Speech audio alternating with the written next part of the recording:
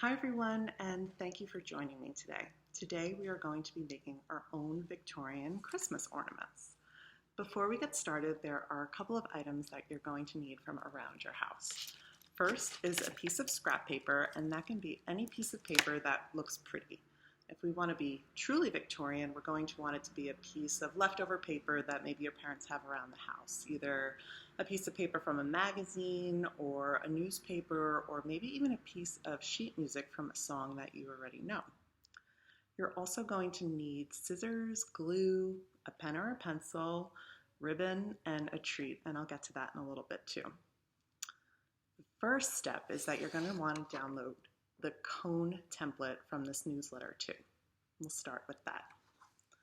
So today we are making Christmas ornaments just like the Marianne family would have in their studio on Main Street in East Hampton, and that's where I'm coming to you from today. Now, how do we know what families decorated their Christmas trees with? Well, at this time, they looked to newspapers and magazines, much like we do today too. In 1848, an image came out in the press of Queen Victoria and her family decorating their Christmas tree. And so people all around the world wanted to copy exactly what was going on in this image.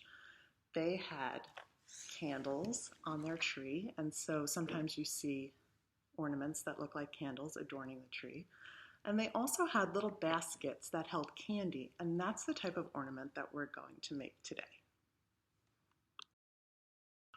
Okay, so step one, like I said, is to download the cone template from the newsletter. You're going to print that out, and you're just going to easily cut along the edge of the template like I'm doing right now. And as we do this ornament together, we're going to be talking about some traditions that you and your family have about decorating your Christmas tree. What are some things that you put on your tree? I'll tell you, in my family, my older brother made an angel for the treetop that was made out of blue construction paper and a pink face.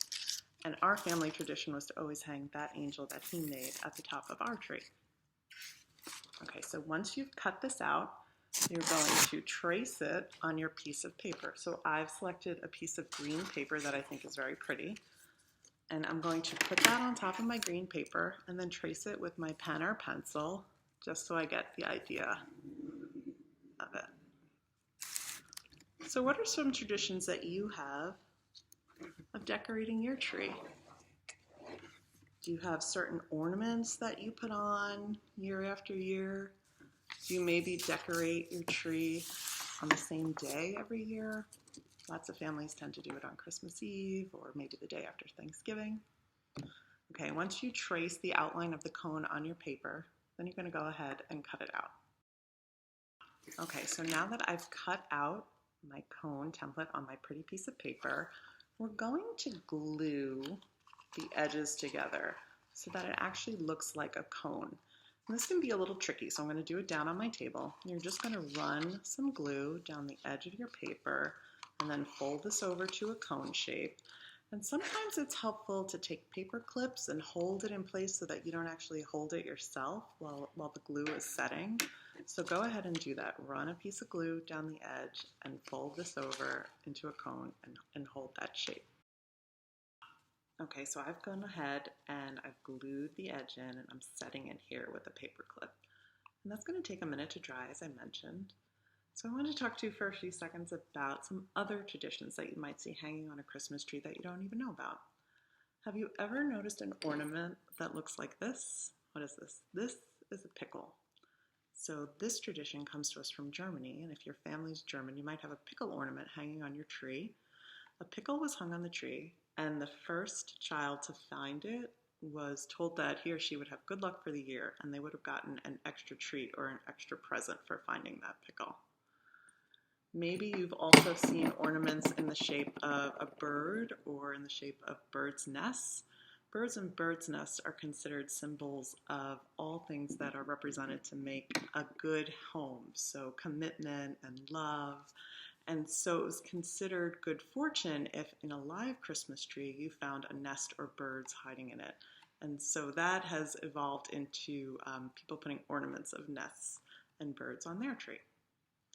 Okay, so now that our glue is setting, you're going to go ahead and you're going to make 2 holes, one on either side, and we're going to tie our ribbon through here. So you can do one of 2 things. You can put a circle on the inside like I did and then go ahead and cut that out, or you can take a hole puncher if you have it and you can punch a hole in.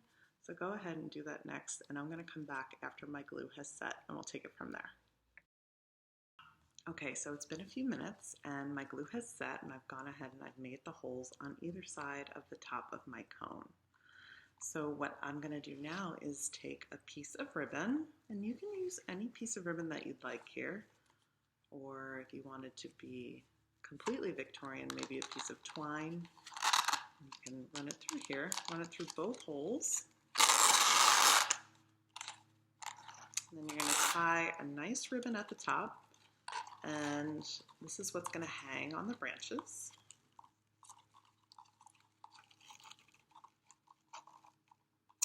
Now, if you have a plain piece of paper, you can decorate this. What I've done is I have some pretty tissue paper lying around my house. And so I filled my cone with a piece of tissue paper, just to give it a little bit extra color and extra decoration. I put it in there. Make sure my ribbon gets around the top, because I want to be able to hang it.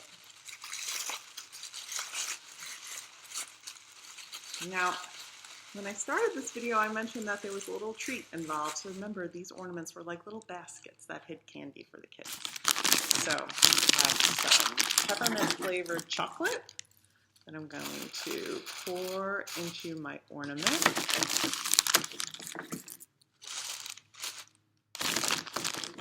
And then I'm going to go ahead and hang this from the tree.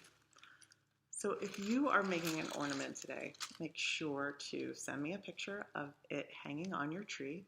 You can email me at info@easthamptonhistory.org and let me see how it turned out. Okay, so I've gone ahead and I've hung the ornament on our tree. So the first child who comes in and finds it can claim all of those yummy peppermint chocolates for themselves. Thanks again for tuning in. Remember to visit our website at www.easthamptonhistory.org for more information about our upcoming events and programs, and I'll see you soon.